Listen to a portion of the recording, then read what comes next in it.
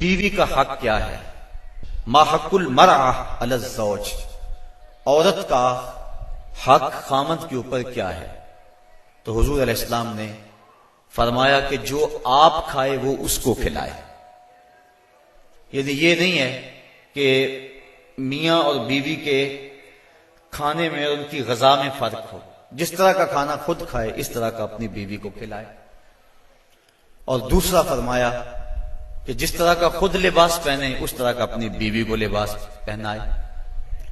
تیسرا حق حضور علیہ السلام نے یہ بیان فرمایا کہ تو اس کے چہرے پہ نہ مارے، گھر میں 100 شکر رنجی ہو جاتی ہے، ولا یضرب الوجہ، چہرے پہ نہ مارے۔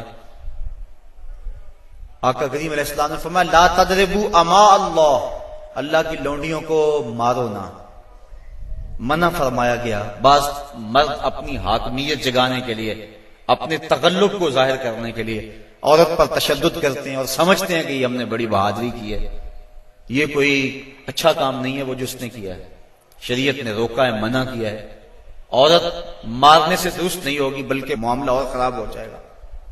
عورت کو بارے میں حضور نے ارشاد فرمایا یہ ٹیڑھی پسلی سے پیدا کی گئی ہے، اگر اس کو بالکل سیدھا کرنا چاہو گے تو یہ ٹوٹ جائے گی، اور اگر تم جو ہے وہ کوشش نہیں کرو گے تو ٹیڑھی کی ٹیڑھی رہے گی۔ اس لیے اس کی اصلاح کی کوشش بھی کرو، لیکن یہ تصور کہ بالکل درست ہو جائے۔ عورت کی کچھ چیزیں عورت کا حسن ہے۔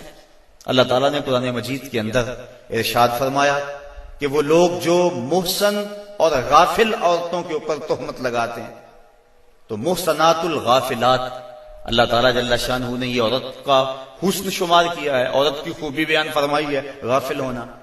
مرد بڑا زمانے ساز ہو تو یہ اس کا حسن ہے، لیکن عورت بھولی بالی ہو، صرف امور خانہ داری کو جانتی ہو، باہر کے معاملات کو نہ جانتی ہو، یہ عورت کا حسن ہے۔ تو یہ لازمی نہیں ہے کہ عورت بھی مرد کی طرح تیز ہو۔ آج جس معاشرے میں ہم جی رہے ہیں، آج عورت کو مردوں کے مقابل کھڑا کر دیا گیا، اور وہ گھر کے کام کو بوجھ سمجھتی ہے، اور ہوٹل کے اندر کتنے کتنے لوگوں کو کھانا کھلا رہی ہے۔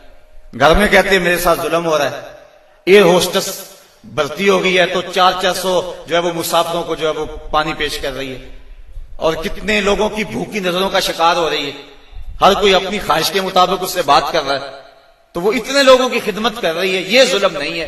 اور گھر میں 10 بچوں کا کھانا پکائے، اور اپنے خامند کے باپ کا اور اس کی ماں کا کھانا پکائے اور ان کی خدمت کرے، تو سارے چیخ اٹھتے ہیں یہ ظلم ہو گیا، ادھر 300 اور 400 لوگوں کی خدمت کر رہی ہے۔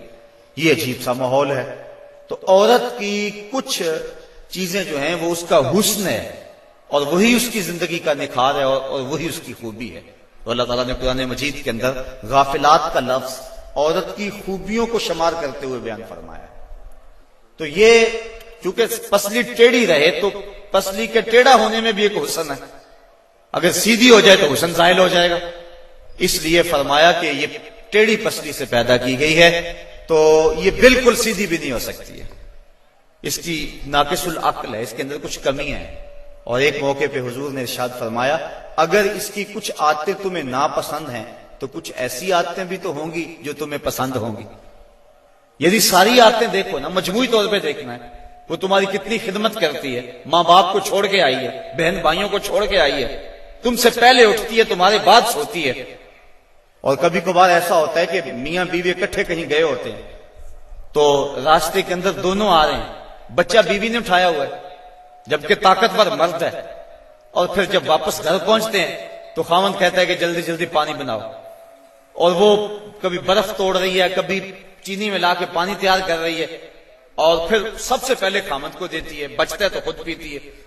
کمزور بھی بیوی ہے، دونوں ایک طرح کی دھوپ میں چل کے آئے ہیں، بچہ بھی بیوی نے اٹھایا ہوا تھا، اور آ کے خاوند بیوی کو کہتا ہے کہ یہ کام تو کر، لیکن پھر بھی اس کی زبان پہ شکوہ نہیں آتا، اس کو کہتا تم پانی تیار کرو، پانی پیتا کہتا اب کھانا پکاؤ۔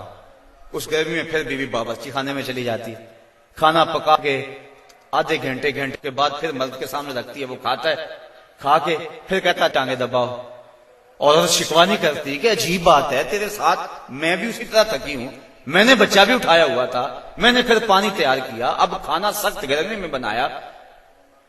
یہ اس کی اچھی عادت ہے۔ تو فرمایا اگر تم اس کی کچھ عادتوں کو دیکھ کر پریشان ہوتے ہو تو کچھ اس کی عادتیں ایسی بھی تو ہوں گی جو تمہیں پسند ہوں گی.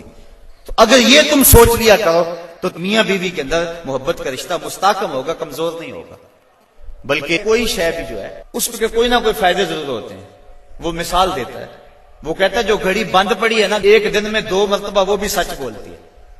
مثال کے طور پہ گھڑی بند ہوگی 12 بجے، تو جب دن کے 12 بجے ہیں اس وقت گھڑی سچ بول رہی ہوتی ہے. رات کو جب 12 بجتے ہیں تو گھڑی سچ بول رہی ہوتی ہے. کہتا جو خراب گھڑی ہے وہ بھی دن میں 2 مرتبہ سچ بولتی ہے. تو اگر کسی شخص کی خرابیاں تمہیں نظر آئیں تو اس کی کوئی خوبی بھی ڈھونڈ لیا کرو. مکھی کی طرح نہیں کہ سارے بدن کو چھوڑ کر جہاں زخم ہو وہاں ہی بیٹھنا ہوتا ہے، جہاں خوشبو ہو وہاں بھی تو جاؤ. اس لیے فرمایا حضور علیہ السلام نے، اور ذرا غور تو کیجئے، خاندانوں کو جوڑنے کا اور میاں بیوی کے اندر باہم محبت پیدا کرنے کا یہ کتنا حکمت بھرا جملہ ہے.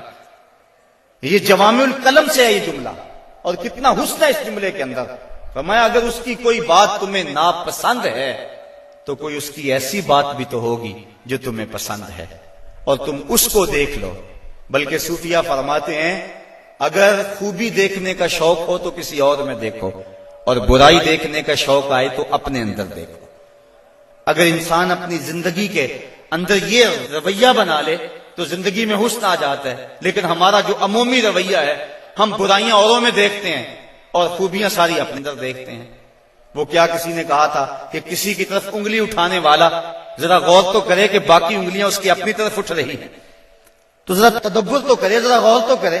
اس لیے فرمایا اگر اس کی کوئی عادت تمہیں ناپسند ہے، ناگوار ہے، تو کوئی اس کی ایسی عادت بھی ہوگی کہ جو تجھے پسند ہوگی. اس عادت کو دیکھ کر کے تم اس کے ساتھ محبت کر سکتے ہو.